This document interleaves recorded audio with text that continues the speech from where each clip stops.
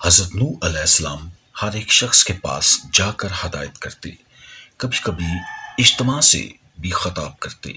ایک مرتبہ ایسا بھی ہوا کہ حضرت نوح علیہ السلام ایک راستہ سے گزر رہے تھے تو کچھ لوگوں نے آپ کا راستہ روک لیا اور مارنے کے درپے ہو گئے۔ کچھ لوگوں نے پتھر بھی برسائے۔ ایک شخص آگے آیا، لوگوں سے کہا کہ تم اسے کیوں مارتے ہو؟ اس نے تمہارا کیا نقصان کیا ہے؟ تو لوگوں نے کہا، یہ ہمارے بتوں کے خلاف باتیں کرتا ہے جبکہ ہم عبادت کرتے ہیں۔ ایک اور شخص نے کہا، یہ کہتا ہے کہ میں نبی ہوں، اللہ نے مجھے نبی بنا کر بھیجا ہے۔ یہ تو ہم ہی جیسا انسان ہے، یہ کھاتا پیتا کام کرتا ہے، اس کے پاس دولت بھی نہیں ہے۔ خدا کو اگر نبی بنانا ہوتا تو کسی سردار اور امیر آدمی کو نبی بناتا۔ حضرت نوح علیہ السلام نے جواب دیا، میرے رسول ہونے کا سب سے بڑا ثبوت یہ ہے کہ میں تمہارے ہی معاشرے کا فرد ہوں، لیکن اس کے باوجود میں تمہاری طرح بے جان بتوں کو نہیں پوجتا۔ دوسرا بڑا ثبوت یہ ہے کہ میں تم لوگوں کو نصیحت کر رہا ہوں، لیکن اس کا کوئی معاوضہ تم سے طلب نہیں کرتا۔ میرا اجر تو اللہ کے ذمہ ہے۔ میں تو یہ کہتا ہوں کہ کسی پر ظلم نہ کرو۔ میں تو تم سب کو نیکی اور بلائی کی طرف بلا رہا ہوں۔ میں تمہارا خیر خواہ ہوں۔ ان میں سے ایک نے کہا، نوح بادشاہ یا سردار بننا چاہتا ہے تاکہ اس کی عزت ہو۔ حضرت نوح علیہ السلام نے فرمایا، تمہاری عقلوں کو کیا ہو گیا ہے کہ پتھروں کو پوج رہے ہو؟ اے قوم، اللہ کی عبادت کرو، وہی عبادت کے لائق ہے۔ اللہ کے سوا کوئی معبود نہیں ہے۔ جب تم اللہ پر ایمان لاؤ گے تو تم برائی سے دور رہو گے۔ نہ میں بادشاہ بننا چاہتا ہوں نہ سردار، میں تو صرف نیکی کی طرف بلا رہا ہوں۔ کیا تم نہیں دیکھتے کہ اللہ نے چاند اور سورج پیدا کیے، چلنے کے لیے فرش بنایا اور تمہیں نعمتیں دی؟ حضرت نوح علیہ السلام نے جب یہ باتیں کہیں تو لوگوں نے کانوں میں انگلیاں ٹھونس لیں، ایک لفظ بھی سننے کے لیے تیار نہیں ہوئے۔ ایک موقع پر حضرت نوح علیہ السلام نے اپنی قوم سے فرمایا کہ اے نادانوں، یہ کیوں نہیں سمجھتے؟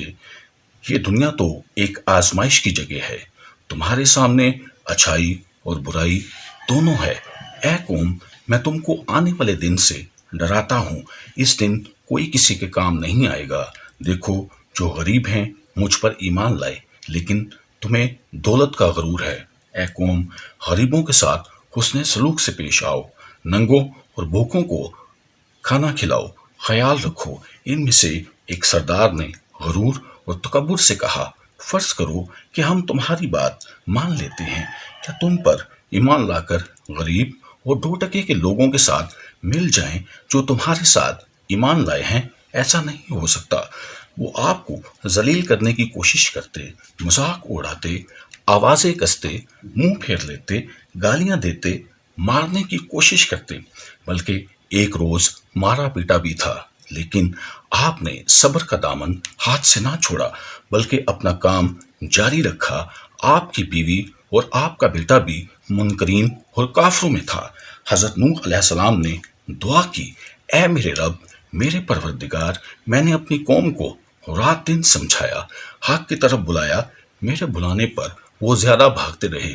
میں نے اعلانیہ اور خفیہ سمجھایا تو انہوں نے کانوں میں انگلیاں ٹھونس لیں۔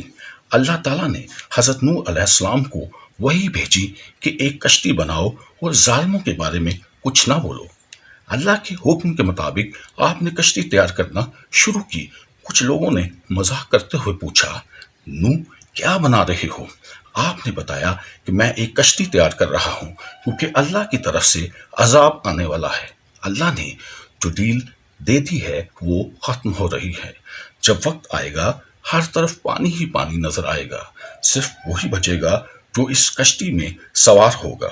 جو بت پرستی سے توبہ کرے گا، گناہوں سے معافی مانگے گا، اسی کو اس کشتی میں جگہ ملے گی۔ لوگ بولے، اے نوح، یہ زمین تو خشک ہے، ایسے آثار بھی نہیں ہیں کہ اتنا پانی ہو جائے کہ کشتی تیرنے لگے۔ نوح کا تو دماغ ہی چل بسا ہے۔